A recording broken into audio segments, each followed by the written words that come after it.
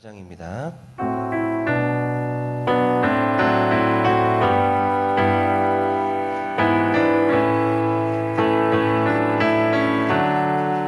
절만 하시겠습니다. 매일 매 순간을 살아갈 때 시련 속에 힘이 있다네.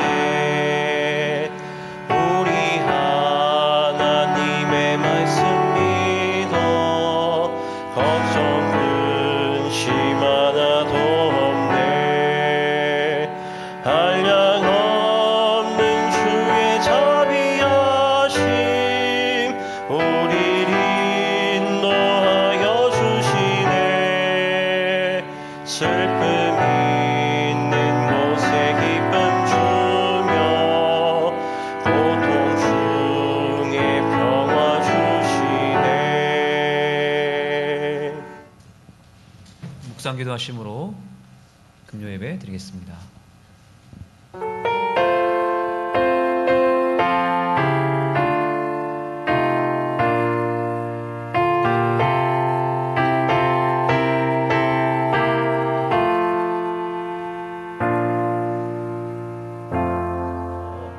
내가 전성 바라보고 가까이 왔으니 아버지의 영광 집에 가실 맘이 있도다. 나는 부족하여도 영접하실 터이니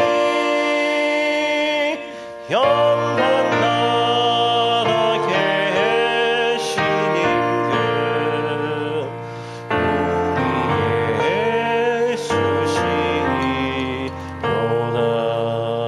예수시로다. 기도하시겠습니다. 사랑과 은혜의 하나님 아버지, 한 주간도 저희를 지켜주시고 거룩한 안식일을 맞아 이 예배의 자리로 인도하여 주심에 감사드립니다. 이 시간 성령 하나님께서 함께 하셔 우리의 마음을 주님의 평안과 은혜로 채워주시고 예배하는 모든 순간순간이 주님께 기쁨이 되게 하옵소서.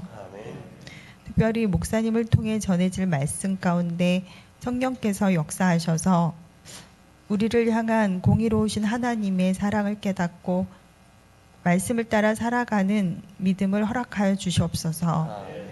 안식일의 축복이 온 성도와 그 가정에 충만하게 하시고 이 예배를 통해 주님께 더욱 가까이 나아가는 시간이 되게 하옵소서. 이 한 시간 주님만이 영광받는 귀한 시간이 되기를 예수님의 이름으로 기도드립니다. 아멘.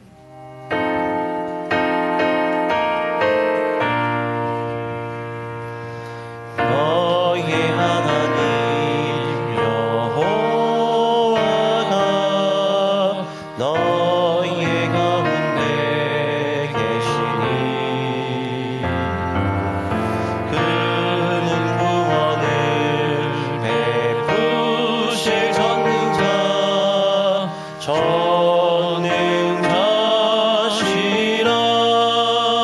전능자시라. 그가 너로 인하여 기쁨을 이기지 못하시며 너를 잠잠히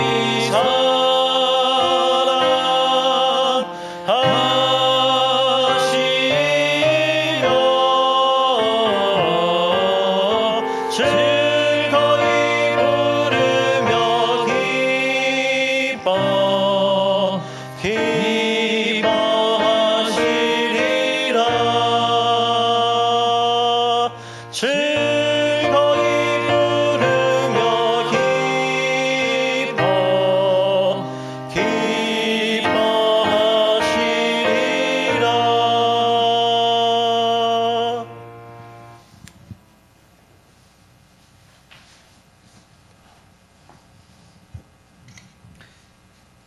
네, 오늘은 구속의 경륜 네 번째 시간입니다. 우리가 지난 시간을 좀 복습을 해보겠습니다. 하나님께서 우리의 행복을 위해서 두 가지 축복을 주셨습니다.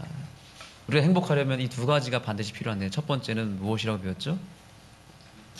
이타적인 사랑입니다.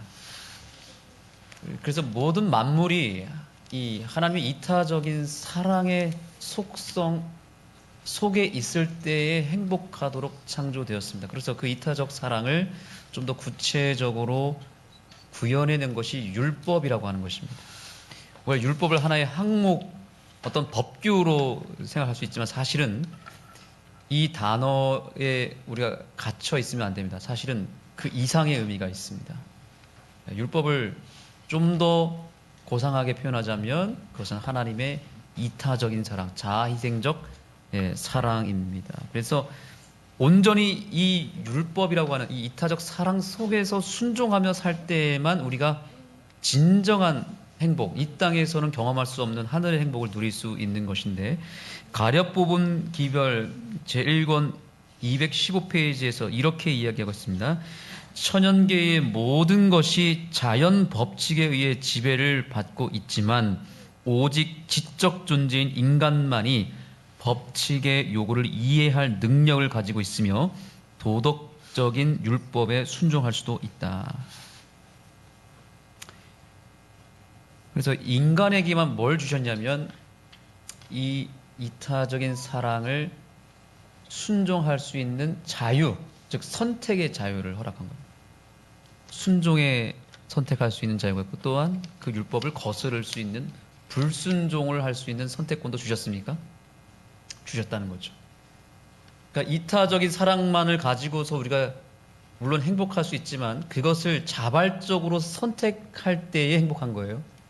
아무리 좋은 것도 강요에 의해서 강제적으로 하면 좋은 거예요, 안 좋은 거예요? 행복합니까? 안 행복합니까? 안 행복하다는 거죠. 저는 오늘 확실하게 증명이 된 것은 지난주 금요일에 출석률이 굉장히 좋았거든요. 그래서 제가 물어봤습니다. 자발적으로 오신 것입니까? 강제로 오신 것입니까? 했더니 다들 자발적으로 오셨다. 그래서 행복하다고 하셨는데 오늘 그대로 오신 것 같습니다. 여러분들이 금요일 예배를 자발적으로 선택해서 오셨기 때문에 행복한 예배가 되고 계십니까? 네. 이렇게 내 선택에 따라서 마음이 동해서 이타적인 하나님의 사랑의 그 율법을 순종할 때 행복한 것이죠. 안식일이라고 하는 것도 그 가치를 내가 깨닫고 내가 자발적으로 순종할 때 은혜가 10배, 100배의 효과가 있는 것이죠. 그러나 의무적으로 어쩔 수 없이 엄마가, 아빠가 지키라고 해서 혹은 뭐 학교에서 뭐 이렇게 강제적으로 이거를 지키게 하면은 그것은 불행하게 되고 역효과가 날 수 있다. 자, 그런데 이 자유를 누군가가 남용했습니다. 잘못 활용해서 결국에는 무엇이 들어왔어요? 죄라고 하는 것이 들어와 버렸다는 거죠. 이 죄가 바로 그 하나님의 율법을 거스르는 것을 죄라고 합니다.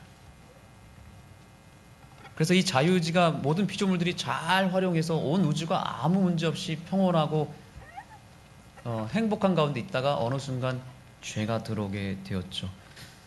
그래서 이 죄가 들어옴으로 인해서 삼위 하나님이 드디어 그분의 역할들을 각각 달리하기 시작한 것이 바로 성부 하나님, 성자 하나님, 성령 하나님이십니다. 세 분 하나님이 처음부터, 예수님이 처음부터 아들이 되신 게 아니에요. 우리의 구속을 위해서 아들의 역할을 하게 되고 아들의 이름을 받은 것이지, 죄가 있기 전에, 처음에 창조를 하기 전에는 이 세 분 하나님이 같은 이름을 가지고 있었고 같은 동등한 역할과 위치 속에서 이 세 분 하나님이 완벽하게 행복한 상태에 있었습니다.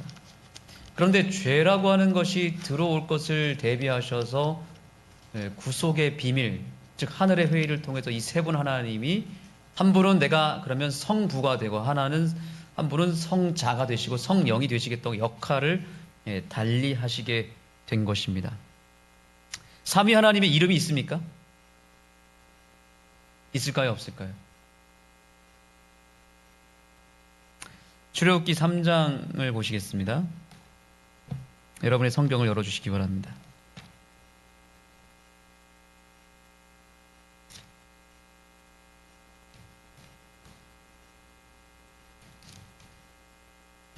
출애굽기 3장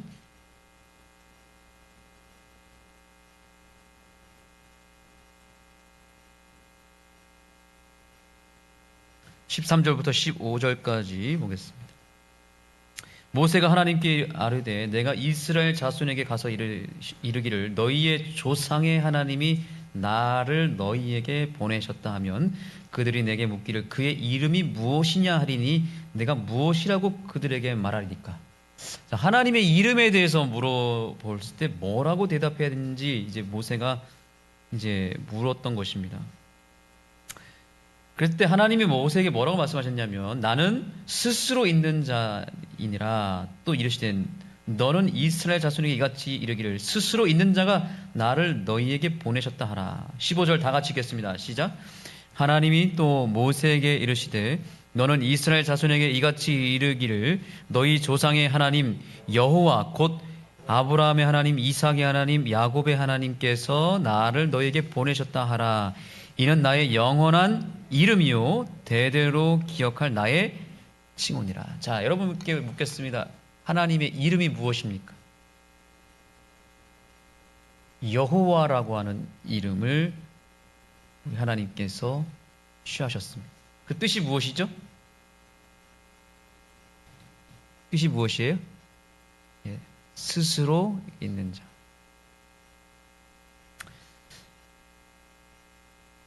그래서 사실은 이 하나님의 이름은 딱 하나밖에 없습니다. 여호와라고 하는 이름이에요. 그렇죠? 그런데 이 여호와 하나님이 우리의 구원을 위해서 세 분 하나님이 각각 취하신 역할과 이름이 또 있죠. 그게 무엇입니까? 마태복음을 보시겠습니다. 마태복음 28장 19절입니다.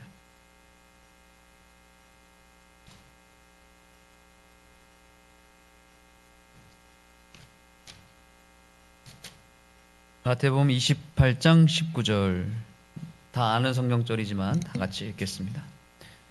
19절 시작. 그러므로 너희는 가서 모든 민족을 제자로 삼아 아버지와 아들과 성령의 이름으로 침례를 베풀고. 여호와 하나님이라고 하는 동일한 이름을 가진 이 세 분 하나님이 우리의 구원을 위해서 취하신 이름이 뭐예요? 아버지. 그리고 여기 분명히 뭐라고 되어 있습니까? 아버지와 아들과 성령의 무엇으로요? 이름으로 침례를 주라 그랬습니다. 그러니까 여호와 하나님께서 우리의 구원을 위해서 각각 아버지라고 하는 이름, 아들이라고 하는 이름, 성령이라고 하는 이름을 받으셨다라고 하는 것이죠. 이렇게 해서 삼위 하나님이 죄가 발생함으로 말미암아 이제 그때부터 아들 하나님께서 이 지구에 개입하시기 시작했고 아버지 하나님이 성령 하나님이 각각 역할을 달리하면서 세 분 하나님이 우리의 구원을 위해서 그야말로 합동 작전을 펼치신 내용이 바로 성경의 이야기인 것입니다.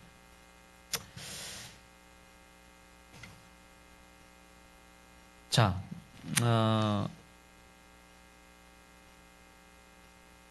삼위 하나님이 그렇게 구속의 계획을 세우시고 나서 이제 그것을 비밀로 감춰 두셨는데 죄가 어느 순간 발생하게 되었습니다. 누구를 통해서 발생하게 되었습니까? 최초의 죄를 누가 범했습니까? 누가 범했죠? 그래, 루스벨이라고 하는 존재입니다. 그런데 이 루스벨이 죄를 시작한 목적이 있습니다. 이유가 있습니다. 이것을 우리가 알아야 됩니다. 뭐 때문에 죄를 범했죠? 예, 이사야서를 보겠습니다. 이사야서 14장입니다.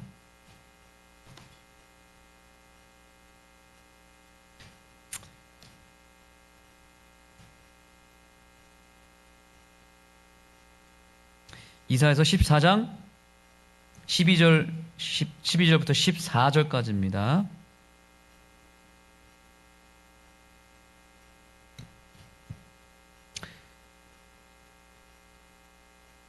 찾으셨습니까? 너 아침의 아들 계명성이여 어찌 그리 하늘에서 떨어졌으며 너 열국을 엎은 자여 어찌 그리 땅에 찍혔는고. 내가 내 마음에 이르기를 내가 하늘에 올라 하나님의 무별 위에 내 자리를 높이리라. 내가 북극 지폐의 산 위에 앉으리라. 가장 높은 구름에 올라가 따라합니다. 지극히 높은 이와 같아지리라. 이게 누가 얘기한 거예요?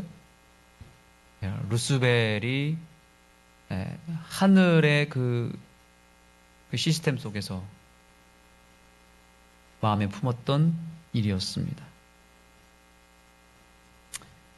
루스벨이 자기 속으로 생각한 겁니다. 내가 지극히 높은 자와 무엇하겠다? 비기리라, 같아지리라. 그래서 여기 보니까 북극 지폐가 나오는데 여기는 뭘 상징하냐면 하나님이 거하는 장소입니다. 창조의 계획을 세우시고 구속의 비밀까지도 다 이 세 분 하나님이 하늘의 회의를 통해서 이 모든 것을 다 계획하시고 정하셨을 때에 누가 거기에 들어가지 못했습니까? 루스벨이라고 하는 존재가 거기에 참여하지 못했습니다. 그래서 루스벨이 마음에 무엇을 품게 되었냐면 하나님의 보좌에 나도 앉고 싶고 피조물들로부터 경배를 받고 싶다라고 하는 마음을 조금씩 품게 된 것입니다. 경배의 특권을 받고 싶은 거죠. 저 무리 속에 들어가고 싶었던 거죠.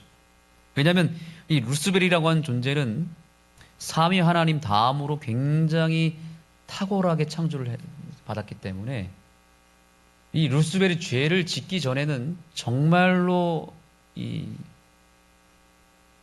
탁월한 존재였습니다. 아주 명석하고 빛나는 존재였습니다. 그래서 천사들이 그 루스벨을 따르기도 했습니다.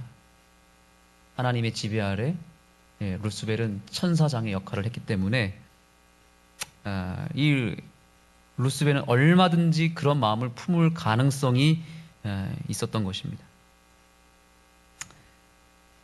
그래서 끊임없이 생각한 것은 뭐냐면 어떻게 저기에 올라갈 수 있을까? 어떻게 저 무리 속에 그 삼위 하나님의 무리 속에 들어갈 수 있을까라는 것을 생각한 것입니다. 자, 루스벨이 드디어 그야말로 소위 오늘날 말하는 쿠데타를 일으키기 시작합니다. 조용히 물 밑에서 모든 작업을 다 마친 다음에 드디어 큰 계획을 펼치고 쿠데타를 일으키는데 그때 루스벨이 자신의 목적을 성취하기 위하여 사용했던 방법이 있습니다. 좀 참고해야 될 성경절이 있는데요. 일단 제가 예언의 신의 말씀을 좀 읽어드리겠습니다.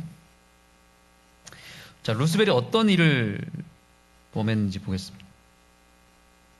잘 들어보십시오. 부조와 선지자 69페이지입니다. 대쟁투는 최초부터 하나님의 율법에 관한 것이었다. 사단은 하나님이 불공평하시며 그분의 율법에 결함이 있고 우주의 행복을 위하여 그것을 변경해야 할 필요가 있다는 것을 증명하려고 애써왔다. 무엇을 공격했어요? 처음부터 루스벨은 하나님의 율법에 뭔가 문제가 있다. 저 율법은 우리가 온전히 지킬 수 없으며 저 율법에 순종한다고 해서 우리가 행복해지는 것이 아니라 오히려 저것 때문에 우리가 더 불행해질 것이라고 하는 음모론을 만든 것입니다. 하나님의 율법은 뭐가 있다고요? 문제가 있고 그래서 개선이 필요하다. 개헌을 해야 된다. 뭐 이런 얘기죠. 또 이 시대소망 761페이지 이런 글이 있습니다. 대쟁투 초기에 사단은 하나님의 율법은 순종할 수 없으며 이게 처음부터 사단의 전략이었습니다. 율법을 계속 공격하는 거예요. 공의가 자비와 조화되지 않으므로 율법을 파기하지 않고는 죄인이 용서받을 수 없다고 선언했다. 모든 것은 반드시 형벌을 받아야 하는데 만일 하나님이 죄의 형벌을 면제해 준다면 그것은 진리와 공의의 하나님이 될 수 없다고 사단은 주장했다. 또 이렇게 얘기합니다. 각시대의 재쟁초 495페이지입니다. 그는 하늘 거민들을 통제하는 법칙이 필요 없는 구속을 과하는 것이라고 암시함으로써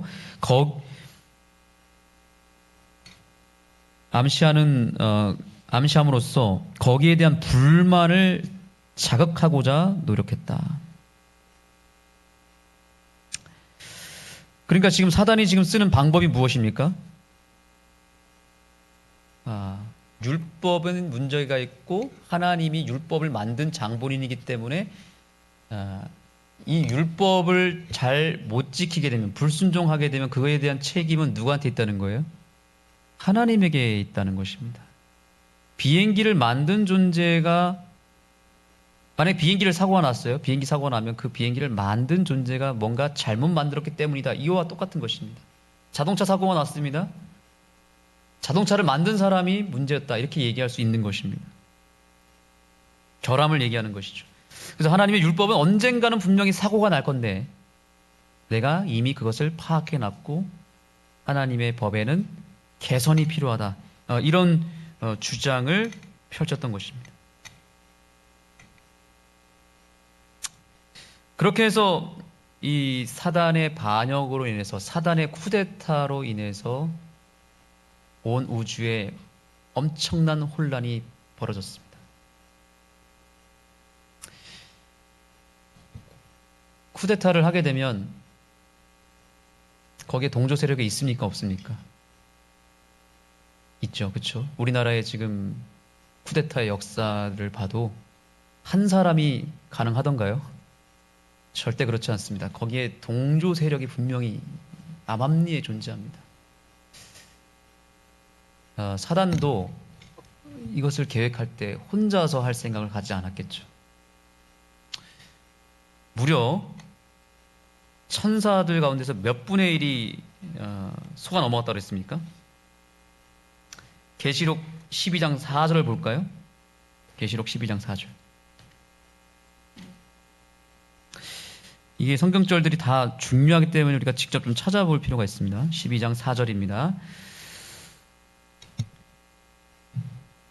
그 꼬리가 하늘의 별 3분의 1을 끌어다가 땅에 던지더라. 용이 해산하려는 여자 앞에서 그가 해산하면 그 아이를 삼키고자 하더니.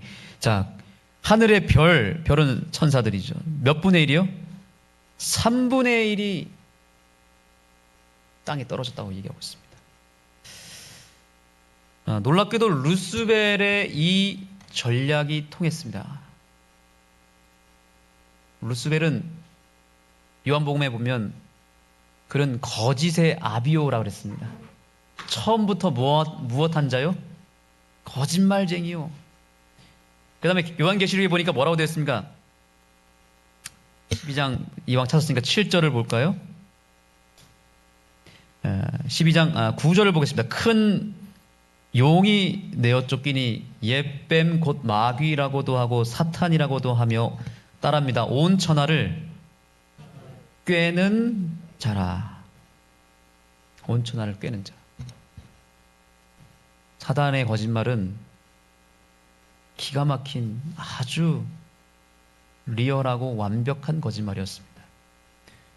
온 지구가 한 번에 속임을 당했고 온 천하가 이미 다 넘어갔고요. 사단에 넘어갔고 심지어 하늘의 몇 분의 1이 속아 넘어갔어요? 3분의 1이 넘어갔어요. 여러분 이해가 안 되지 않습니까? 어떻게 사단이라고 하는 존재가, 우리는 그 실체를 다 알잖아요. 그런데 어떻게 천사들이, 그 똑똑한 양반들이 사단에게 속아서 3분의 1이 다 넘어갔을까? 이런 생각 혹시 안 해보셨습니까? 이해가 되십니까, 여러분? 어떻게 넘어갔을까요? 한번 생각해 보시죠. 자, 사단이 지금 이 율법의 문제를 제기하기 시작했고 반란을 일으켰을 때 사람들은 사단을 나쁜 존재로 여겼을까요? 아니면 사단의 말이 일리가 있다라고 생각했을까요? 어떻게 생각하십니까? 일리가 있다고 생각했겠죠. 왜 그럴까요? 아까 말씀드렸잖아요. 사단은 처음부터 탁월한 존재로 있었고 그가 반역하기 전까지만 해도 삼위 하나님 다음으로 탁월한 존재였기 때문에 그동안 사단이 평생 루스벨이라고 하는 이 천사가 설교도 했겠죠. 거기서 연설도 했겠죠. 하나님을 찬양하기도 했고 또 진리를 얘기했겠죠. 그 말에 감동받은 천사들도 있었겠죠. 그렇죠. 그러면 사단이 얼마나 오래 하늘에서 있었는지 모르겠지만 그 있는 동안만큼은 사단의 입에서 나오는 게 모든 게 뭐였어요? 진리였잖아요. 아주 탁월한 연설가였을 겁니다. 사단의 말을 듣고 감동받은 피조물들이 많았을 것입니다. 그런데 어느 날 이 천사장 루스벨이 뭔가를 탁 얘기했는데 이것은 심상치 않은 내용이었어요. 천사들이 그걸 듣고 거의 넘어갈 뻔했습니다. 아, 사단의 말이 맞겠구나. 그래서 3분의 1이 넘어간 것입니다. 그냥 우리가 성경절을 읽고 3분의 1 넘어갔다고 해서 아, 사단이 뭔가 속였고 또 이 3분의 1이 뭔가 어리석었구나 이게 아니라요. 굉장한 치열한 토론이 있었을 것이고 사단의 그 논리에 사단이 세운 그 말도 안 되는 그 논리에 다 넘어간 것입니다. 그 탁월성에 압도된 것입니다. 3분의 1이 속아 넘어갈 만큼 아직 죄가 발생하지 않았고 아직 뭔가 그 죄의 어떤 영향력과 결과가 나타나지 않은 상태에서 천사들은 사단의 말에 동조될 수밖에 없었던 것입니다. 자, 이렇게 해서 사단이 쿠데타에 어느 정도 성공을 했고 드디어 천사 3분의 1을 데리고 그 세력을 이끌고 예수님과 하늘의 전쟁을 벌이다가 이겼습니까? 졌습니까? 졌습니다. 자, 그런데 우리는 여기서 질문을 던질 필요가 있습니다. 왜 하나님은 사단을 그때 처단하지 않았을까요? 왜 멸하지 않았을까요? 왜 바로 멸하지 않았을까요? 여러분 이런 생각 안 해보셨습니까? 저는 이런 질문을 많이 받았습니다. 하나님이 정말 살아계시고 하나님이 능력이 많으시고 진리가 맞다면 왜 이 세상에 사단이라고 하는 그 악한 존재와 그 나쁜 신들을 왜 그대로 두냐는 것입니다. 이것에 대한 해답을 우리는 가지고 있어야 되겠습니다. 몇 가지 이유가 있습니다. 그 이유를 제가 한 3가지 국면으로 좀 설명드리겠습니다. 첫째, 자, 지금 현재 온 우주가 죄가 무엇인지 정확하게 알고 있었을까요? 몰랐을까요? 그 당시에. 죄가 발생한 지 얼마 안 됐기 때문에 그 죄에 대한 어떤 치명성과 참혹성을 알 수 있는 상황이 아니었잖아요. 그렇죠? 죄라고 하는 것이, 반란이라고 하는 것이 막 시작되었기 때문에 온 우주가 지금 죄가 무엇인지를 알지 못했던 것입니다. 그래서 이 죄가 이왕 발생했으니 죄의 실체에 대해서 하나님은 드러내실 필요가 있었을까요? 없었을까요? 드러낼 필요가 있었습니다. 어떤 이론이나 어떤 개념이나 철학적으로 죄를 아무리 설명해도 사실은 가장 확실하게 아는 방법은 뭐예요? 그것을 경험적으로 알고 그 실체가 완전히 드러날 때까지 기다릴 필요도 있었던 것입니다. 그래서 어떤 학술적인 교육이나 이론으로 죄를 설명할 필요가 없이 이 죄의 정말 적나라한 실체를 보여주기 위해서 사단을 하나의 뭐라고 표현할 수 있을까요? 하나의 샘플로서 둘 필요가 있었던 것입니다. 그래서 온 세계가 이 죄의 이 비참한 역사를 통해서 죄의 결과가 가져오는 이 참혹성을 온 우주로 하여금 알려주고 가르칠 필요가 있었기 때문에 하나님은 사단을 바로 처단하지 않았습니다. 두 번째입니다. 만약에 사단을 바로 처단했다면 어떤 일이 벌어졌을까요? 어떤 일이 벌어졌을까요? 한번 생각해 보시죠. 누가 얘기했는데요? 지금 경준이가 얘기했나요? 뭐라고 얘기하던가요? 사단이 분명히 뭐라고 그랬냐면 하나님의 율법에는 문제가 있다. 그래서 이 율법은 고쳐야 된다고 얘기를 했단 말이에요. 율법을 공격했는데, 그래서 반란을 일으켰는데 하나님이 곧바로 처단해 버리면, 공의의 하나님이신데 처단해 버렸으면 또 하나의 큰 혼란이 일어났겠죠. 어떤 혼란이 일어났을까요? 우주의 거민들과 천사들이 하나님을 두려운 존재로 생각했을 것입니다. 그러면서 또한 오해를 하나 했겠죠. 누구의 말이 맞을 수도 있겠다. 누구의 말이요? 사단의 주장이 맞을 수도 있겠다라고 하는 오해를 할 수도 있겠죠. 그렇죠? 그래서 하나님을 두려움으로 섬길 뿐만 아니라 사단을 바로 처단한 걸 보니까 이것은 지금 하나님이 뭔가 감추고 싶으셔서 사단을 얼른 처단했을 것이다라고 하는 오해와 추측을 피조물들과 천사들로부터 유발할 수 있었기 때문에 곧바로 처단할 수 없었던 것입니다. 그래서 죄를 알지 못했던 그들을 위해서 죄의 역사를 보여줄 필요가 있었던 것이죠. 우리나라가 처음에 이제 해방을 하게 되면서 두 사상이 우리나라를 혼란에 빠뜨렸습니다. 하나는 민주주의라고 하는 사상과 또 하나는 무엇이었습니까? 공산주의라고 하는 사상이었습니다. 그 당시에는 민주주의가 좋으냐 아니면 공산주의가 좋으냐 이것에 대한 엄청난 논란과 논쟁이 있었을 것입니다. 뭐가 더 좋은지 이 추를 달아봐도 알 길이 없는 거예요. 경험을 안 해봤으니까. 그 당시만 해도 공산국가였던 러시아, 그러니까 소련과 중국이 나름대로 승승장구하고 있었고 독일이 승승장구하고 있었고 또 물론 이쪽 편에 민주주의 공화국인 미국이나 다른 나라들도 여전히 뭔가 대립하고 있는 동등한 상태에 있었기 때문에 우리나라 사람들은 무엇이 더 옳고 좋은지를 분별할 수 있는 능력이 없었어요. 그런데 지금은 어떻습니까? 지금은 아주 명백하게 드러나지 않았습니까? 공산주의라고 하는 것이 터무니없는 이론이고 이것은 사람들을 불행하게 만든다는 것을 지금 우리나라 상황을 통해서 다 드러나지 않았습니까? 남한과 북한의 이 상황을 통해서 다 드러나지 않았습니까? 그렇죠? 그래서 하나님께서는 이 사단의 이 주장도 검증을 한번 해볼 필요가 있었던 거예요.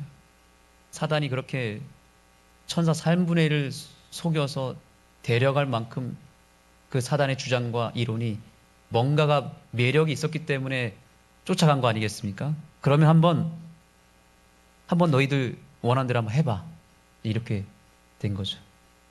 그 장소가 어디가 됐냐면 참으로 공교롭게도 우리가 살고 있는 지구가 된 것입니다. 그래서 이 지구에 유일하게 사단이 통치하는 세상이 펼쳐지게 된 것입니다.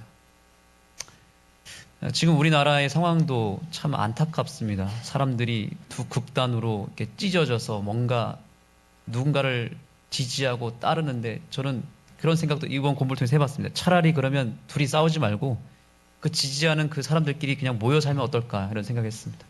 그리고 한 10년이고 20년이고 그 양쪽의 그 통치자에게 그냥 한번 지배를 받는 세상 속에서 한번 살면 나중에 결과를 통해서 드러나지 않을까요?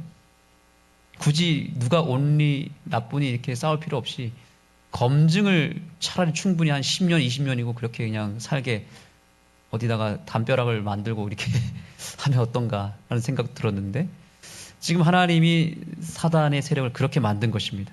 바로 처단한 게 아니라 그 열매를 통해서 결국에는 온 우주가 죄를 정확하게 알고 깨닫도록 하기 위한 하나님의 특별한 섭리였던 것입니다. 그래서 아담이 범죄함으로 지구는 온 우주의 죄가 무엇인지를 드러내는 모델하우스가 된 것입니다. 그래서 하나님께서는 우리에게 죄의 역사를 지금 이 지구를 통해서 보여주고 있고 사단이라고 하는 존재를 그냥 내버려 두신 목적이 있다라고 하는 것입니다. 그러므로 오늘 우리는 이 사단의 실체를 통해서 깨달아야 될 사실은 이제 마지막 때로 향할수록 알곡과 가라지가 명확하게 갈리는 시대를 우리가 살아가고 있습니다. 사단의 실체도 드러날 것이고 죄의 치명성과 참혹성도 지금 온 우주 앞에 드러나고 있는 상황 속에 있습니다. 저와 여러분의 삶 속에서 나타나는 알곡과 가라지도 지금 명확하게 드러나고 있는 시대를 살아가고 있습니다. 이러한 때에 우리가 어느 편에 서야 될지를 다시 한번 곰곰이 생각하게 되기를 소망하고, 우리가 사단의 대열에 서는 것이 아니라 예수님의 승리의 깃발 아래 다시 돌아가서 우리가 하나님 편에서 온전하게 우리의 믿음이 서고 우리의 삶이 온 우주 앞에 의인으로 발견되고, 또 의인의 삶이 어떠한 삶인지를 온 우주 앞에 보여줄 수 있는 거룩한 삶을 우리 모두가 살게 되기를 간절히 소망하면서 말씀을 마치겠습니다. 기도하시겠습니다. 하나님, 지구의 역사 속에 죄가 들어왔고 사단이 지배하는 이 세상을 우리가 살아가고 있습니다. 이미 사단의 운명은 결정이 되었고 사단을 통해서 이 지구에 죄악이 관영하게 되었고, 그래서 죄가 무엇인지 적나라하게 깊이 느끼면서 우리가 살아가고 있습니다. 이러한 혼란스러운 세상 속에서, 혼미한 세상 속에서 우리를 건져내 주시고 우리의 삶을 통해서 하나님의 살아계심을 나타낼 수 있도록 역사하여 주시옵소서. 죄의 참혹성만 드러나는 것이 아니라 우리 그리스도인들을 통해서, 특별히 하늘숲교회 백성들을 통해서 이 쓰레기통 같은 이 멸망의 구렁텅이 지옥 그 자체인 이 지구 안에서 하나님의 백성들이 다시 하나님의 율법을 붙잡고 그 율법 안에 온전히 거하게 될 때 어떠한 빛이 나타나는지를 보여줄 수 있는 거룩한 모델들이 될 수 있도록 우리의 삶을 구별하여 주시옵소서. 예수님의 이름으로 간절히 기도드립니다. 아멘.